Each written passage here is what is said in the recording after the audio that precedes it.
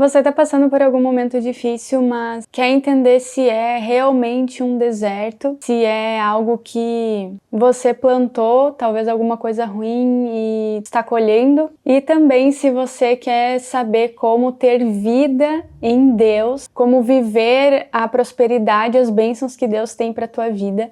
Fica até o final desse vídeo que nós vamos conversar um pouquinho sobre isso hoje. Então sejam bem-vindos a mais um vídeo desse canal. A gente está trabalhando na série sobre desertos. Nós vamos falar um pouquinho hoje dessa diferença para a gente discernir na nossa vida. Eu tô colhendo algo ruim de acordo com o que eu plantei sem a direção de Deus, ou se é algo que realmente o Senhor está me permitindo viver para mim crescer. O primeiro ponto, então, é que, biblicamente, né, se a gente vai olhar para as Escrituras, a gente já vai ver os versículos que falam sobre isso, é que nós não caminhamos para o deserto com as nossas próprias pernas. Nós vamos olhar primeiro lá para o povo de Israel no deserto, em Êxodo, no capítulo 13. Vamos ler junto. Diz assim: quando o faraó deixou sair o povo, Deus não o guiou pela rota da terra dos filisteus, embora esse fosse o caminho mais curto, pois disse, se eles se defrontarem com a guerra, talvez se arrependam e voltem para o Egito. Assim, Deus fez o povo dar a volta pelo deserto, seguindo o caminho que leva ao Mar Vermelho. Os israelitas saíram do Egito preparados para lutar e continua aqui então.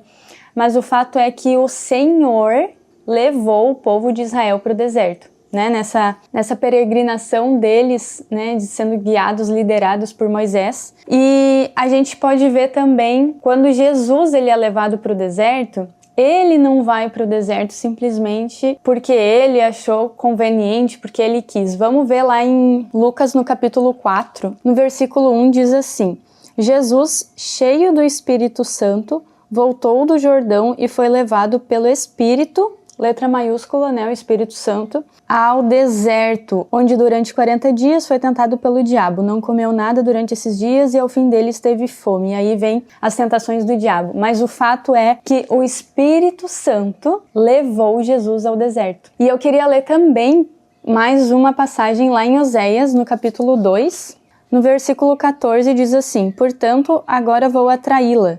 Vou levá-la para o deserto e falar-lhe com carinho. Claro, né? Eu não vou entrar aqui em todo o contexto, você pode ler essas passagens aqui com mais calma, ver todo o contexto que o Senhor está falando, mas o fato é que o Senhor nos leva para o deserto para manifestar quem Ele é, para nós aprendermos e desfrutarmos de algo diferente dele. E claro, né? É um momento de desconforto para nós, um momento que nós deparamos, como eu já trouxe em outros vídeos aqui, né, que a nossa fé vai ser provada, o Senhor vai provar o nosso coração no deserto, mas é o Senhor que nos leva para o deserto para tratar o nosso coração, para tratar a nossa vida e para Ele manifestar, né, o Pai bondoso e amoroso que Ele é. Então, o primeiro ponto para a gente ver e analisar na nossa vida se nós estamos realmente indo para um deserto ou se é só algum momento, algum caminho, né, de morte, de destruição, que nós já vamos falar um pouquinho. A primeira coisa é, nós estamos sendo guiados pelo Espírito Santo. Nós estamos tendo comunhão, né, intimidade com o Senhor e Ele está nos levando para o deserto. E nisso a gente já entra no segundo ponto, que é, o Senhor coloca diante de nós um caminho, né, uma escolha. Se a gente vai escolher o caminho de vida e de prosperidade, de bênção, andando com o Senhor, ou se a gente vai seguir por um caminho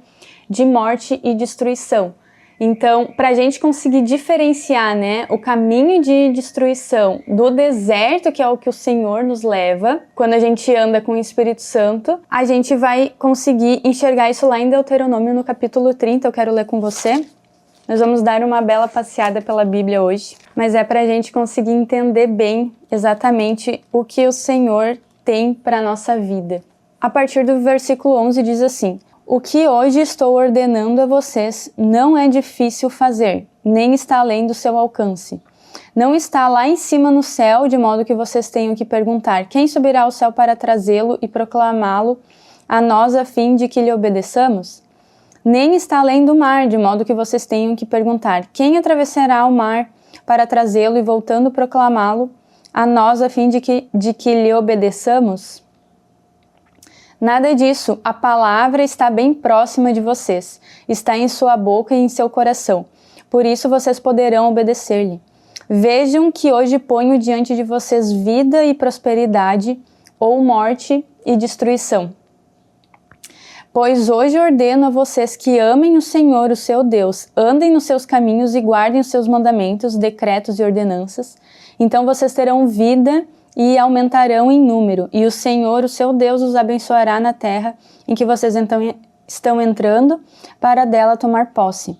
Se todavia o seu coração se desviar e vocês não forem obedientes e se deixarem levar prostrando-se diante de outros deuses para adorá-los, eu hoje declaro a vocês que sem dúvida vocês serão destruídos.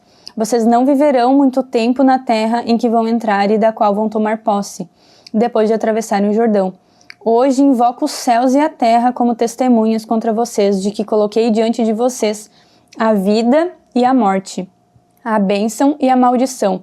Agora escolham a vida para que vocês e os seus filhos vivam, e para que vocês amem o Senhor, o seu Deus, ouçam a sua voz e se apeguem firmemente a Ele, pois o Senhor é a sua vida, e Ele dará a vocês muitos anos na terra que jurou dar aos seus antepassados Abraão, Isaque e Jacó. Ou seja, o Senhor coloca diante de nós, né? Nós temos o poder de escolher se nós queremos ter a vida e a prosperidade ou a morte e a destruição.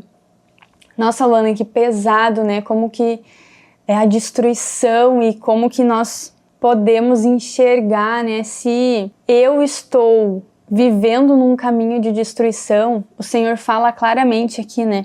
É a questão de obedecer. Então, o Senhor, Ele coloca diante de mim e diante de você a vida e a morte. E nós, para escolhermos a vida, para andarmos em vida no Senhor, nós precisamos obedecer os seus mandamentos. A gente tem, né, um vídeo aqui no canal em que eu falo sobre isso, que Jesus vai falar, né, como a gente ama o Senhor é obedecendo os seus mandamentos. Mas para a gente trazer um outro versículo, para mim trazer para vocês um outro versículo, Mateus no capítulo 7, no versículo 24 em diante diz assim: Portanto, quem ouve essas minhas palavras e as pratica é como um homem prudente que construiu a sua casa sobre a rocha. Caiu a chuva, transbordaram os rios, sopraram os ventos e deram contra aquela casa e ela não caiu porque tinha seus alicerces na rocha. Mas quem ouve essas minhas palavras e não as pratica é como um insensato que construiu a sua casa sobre a areia. Caiu a chuva, transbordaram os rios, sopraram os ventos e deram contra aquela casa, e ela caiu, e foi grande a sua queda. Então o Senhor Jesus aqui está falando sobre nós ouvirmos a palavra do Senhor e praticarmos. Se nós ficamos só nesse ouvir, se a gente fica só nessa, eu sei uns versículos de cor, mas eu bato ponto na igreja, né? Eu esquento o banco lá no domingo. Não adianta nada na nossa vida. Não adianta nós vivermos essa religiosidade e simplesmente uma liturgia se nós não estamos praticando o que o Senhor Jesus nos ensinou.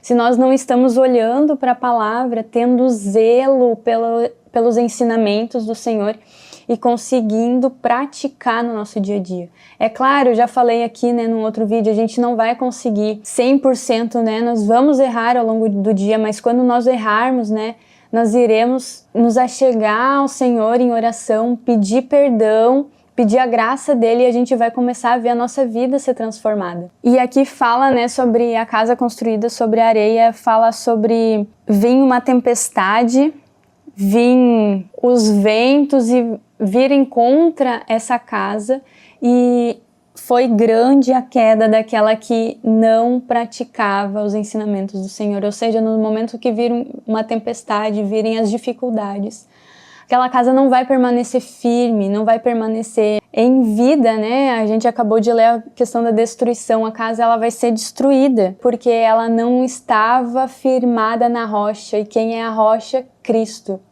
Os ensinamentos de Jesus. Então vamos recapitular, né? Para a gente conseguir discernir na nossa vida, para você olhar para a sua vida, para eu olhar para a minha vida e entender se é um deserto ou é um caminho de destruição, ou sou eu que estou colhendo, né, coisas ruins, de sementes ruins que eu plantei. Eu preciso ver se eu estou cheio do Espírito Santo, se eu tenho manifestado, né, as obras do Senhor, eu tenho manifestado as virtudes, vai falar sobre o fruto do Espírito Santo. Se o Espírito Santo está na minha vida, se eu tenho intimidade, se eu estou ouvindo a voz do Senhor, eu posso descansar e ter a certeza de que o Senhor está me levando para o deserto.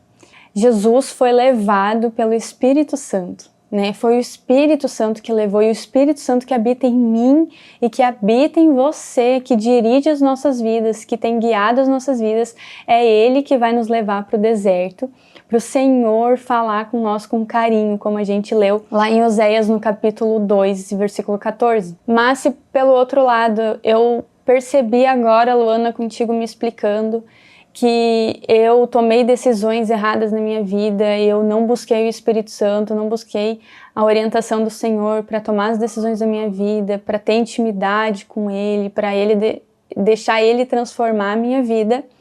Eu me percebi nessa situação, então o que eu faço agora?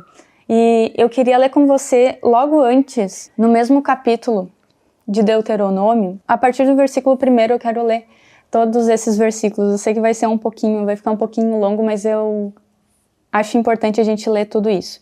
Quando todas essas bênçãos e maldições que coloquei diante de vocês acontecerem e elas os atingirem onde quer que o Senhor, o seu Deus, os dispersar entre as nações, e quando vocês e os seus filhos voltarem para o Senhor, o seu Deus, e lhe obedecerem de todo o coração e de toda a alma, de acordo com tudo o que hoje ordeno a vocês, então o Senhor, o seu Deus, trará restauração a vocês. Terá compaixão de vocês e os reunirá novamente de todas as nações por onde os tiver espalhado. Mesmo que tenham sido levados para a terra mais distante debaixo do céu, de lá o Senhor, o seu Deus, os reunirá e os trará de volta. Ele os trará para a terra dos seus antepassados e vocês tomarão posse dela. Ele fará com que vocês sejam mais prósperos e mais numerosos do que os seus antepassados. O Senhor, o seu Deus, dará um coração fiel a vocês e aos seus descendentes, para que o amem de todo o coração e de toda a alma e vivam. O Senhor, o seu Deus, enviará então todas essas maldições sobre os inimigos que os odeiam e os perseguem. Vocês obedecerão de novo ao Senhor e seguirão todos os seus mandamentos que dou a vocês hoje. Então o Senhor, o seu Deus, abençoará o que as suas mãos fizerem, os filhos do seu ventre, a cria dos seus animais e as colheitas da sua terra. O Senhor se alegrará novamente em vocês e os tornará prósperos, como se alegrou em seus antepassados, se vocês obedecerem ao Senhor, o seu Deus, e guardarem os seus mandamentos e decretos que estão escritos neste livro da lei, e se vocês se voltarem para o Senhor, o seu Deus, de todo o coração e de toda a alma. Então, o Senhor tem misericórdia e tem compaixão das nossas vidas. Por mais que a gente tome decisões que nós não fomos guiados, nós não colocamos diante de Deus para tomar aquela decisão, o Senhor tem compaixão, né? A gente ainda pode se arrepender, se achegar ao Senhor, e que Ele vai nos ajudar a sermos fiéis, termos um novo começo, né? Um tempo de vida para nossas vidas. E eu queria ler com você também em 2 Crônicas 7,14, que é bem conhecido esse aqui, né? Mas diz assim: se o meu povo que se chama pelo meu nome se humilhar e orar, buscar a minha face e se afastar dos seus maus caminhos, dos céus o ouvirei, perdoarei o seu pecado e curarei a sua terra. Ou seja, a gente se humilha diante do Senhor e Ele traz essa restauração para a nossa vida. A gente falou um pouquinho, o Benhur falou um pouquinho sobre essa restauração, né? Que Pedro teve essa restauração depois da ressurreição, depois que ele percebe que ele negou o Senhor Jesus vem até ele. E da mesma forma, se nós nos depararmos que nós negamos a Cristo, que nós estávamos indo para um caminho de destruição e de morte, porque nós não estávamos obedecendo os mandamentos do Senhor, né? Praticando, como a gente leu lá em Mateus, se a gente se percebe nessa situação, a gente se arrepende, o Senhor é fiel para nos perdoar. O Senhor vai te perdoar a partir do momento que você fazer uma oração, se arrependendo de coração, né? Não só para ter o fruto bom ali na frente, mas se arrependendo de coração pelo que você fez, pelas decisões que você tomou. O Senhor é fiel, te perdoa e Ele vai restaurar a tua vida. Então é isso, né, gente? Que nós possamos orar ao Senhor, colocar cada vez mais diante dele. Nos outros episódios eu já tenho falado, né, que se nós estamos nesse deserto sendo guiados pelo Senhor, tendo zelo pelo ensinamento dele, tendo zelo pela vida, pelo reino dele, o Senhor vai fazer todas as coisas cooperarem para o nosso bem.